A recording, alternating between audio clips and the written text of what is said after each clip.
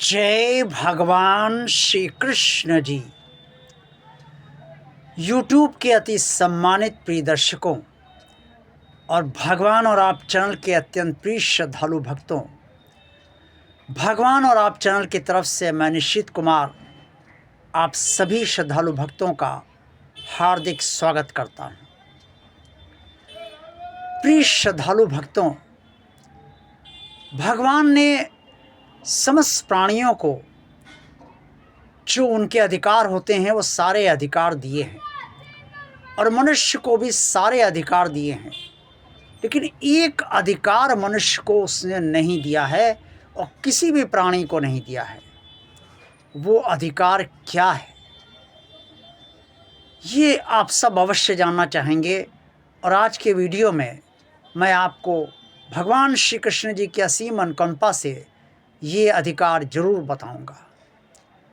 प्रिय श्रद्धालु भक्तों, भगवान ने मनुष्य को सब कुछ दिया, मन दिया, बुद्धि दी, विवेक दिया।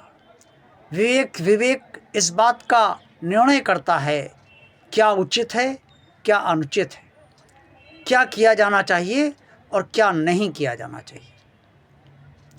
मन इच्छाएं देता है और अपनी इच्छाओं को पूरा भी करवाता है और बुद्धि इच्छा को पूरी करने में पूरा साथ देती है और ये बताती है कि कैसे इच्छा पूरी की जाए।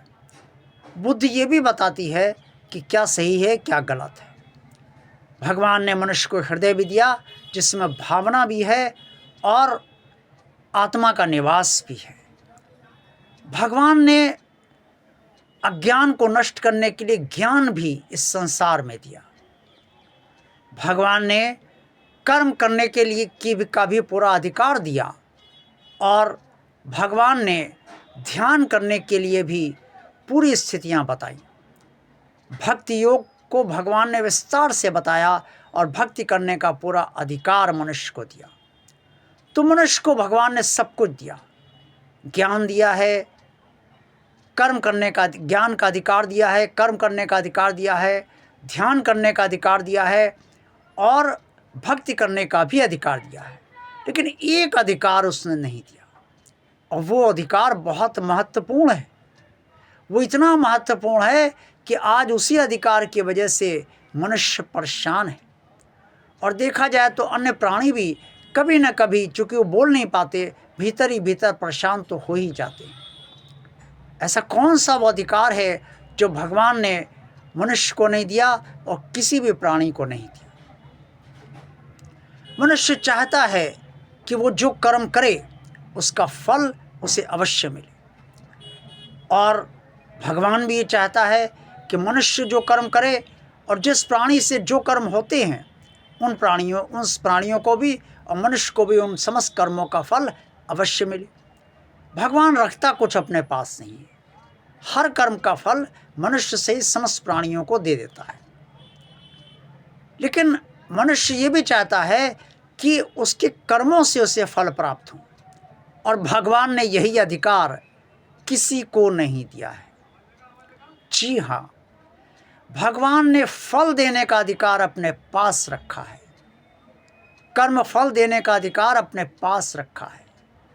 हम सब जितने कर्म करते हैं उनका क्या फल देना है, क्या फल नहीं देना है, कब देना है, कितना देना है, किस स्थिति परिस्थिति में देना है, किस समय देना है, ये सब भगवान स्वयं सुनिश्चित करता है। ये अधिकार उसने अपने पास रखा है। क्योंकि अगर मनुष्य जिसके पास बुद्धि भी है और तीक्ष्ण बुद्धि है, विवेक भी है, अज्ञान को नष्ट करने के लिए ज्ञान भी है, कर्म करने का भी पूरा अधिकार है, ध्यान करने की भी शक्तियां हैं और अभ्यास भी है और भक्ति करने की भी इच्छा है और भक्ति में पारंगत भी वो भगवान कृपा से हो चुका है। लेकिन अगर उसने फल अपने कर्मों से प्राप्त कर लिया तो सारी सृष्टि में विडंबना हो जाएगी। क्योंकि कर्म जब बुरे होंगे तो उनका भी फल उसे मिलेगा और जब वो बुरे कर्म करेगा तो उसका उस समय तात्कालिक फल जो होंगे वो दूसरों को भी परेशान कर देंगे उन तात्कालिक फलों से। और जो अच्छे कर्म होंगे उससे मनुष्य को का जो फल मिलता है अच्छे कर्म वालों को, वो समय आने पर इसलिए मिलता है क्योंकि उसमें और भी अच्छे कर्म ऐड हो जाएं और भी जुड़ जाएं ताकि वो फल और अच्छा मिले। भगवान ने बहुत सोच समझकर फल देने का अधिकार अपने पास रखा है और सारे अधिकार मनुष्य को दे दिए हैं, लेकिन ये अधिकार इसलिए नहीं दिया ताकि फल मनुष्य स्वयं सुनिश्चित न करे, कोई प्राणी स्वयं सुनिश्चित न करे। अगर वो सब कुछ कर लेगा तो भगवान की स्थिति समाप्त हो जाएगी।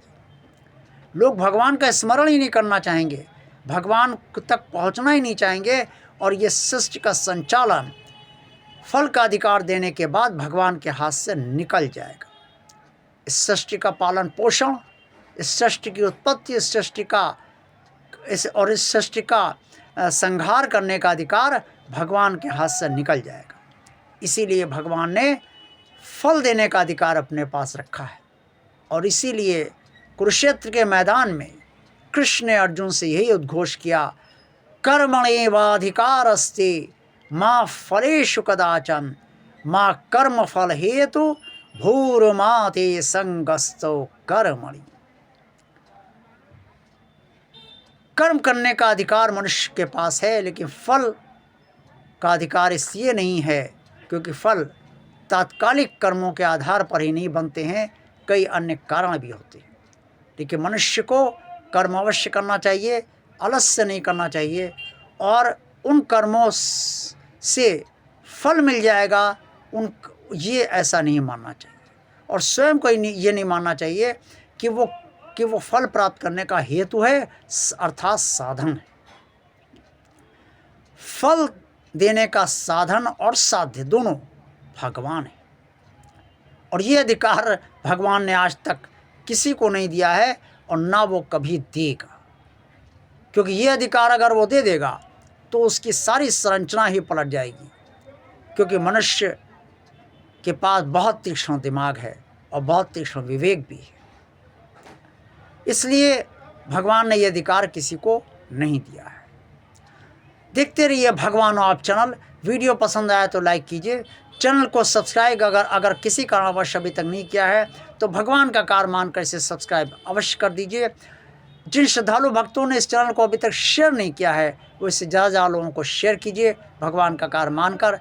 कमेंट्स बॉक्स में आप सब जो कुछ भी करना चाहें अवश्य कहिए। आप सबका कल्याण हो। जय भगवान श्री कृष्ण जी।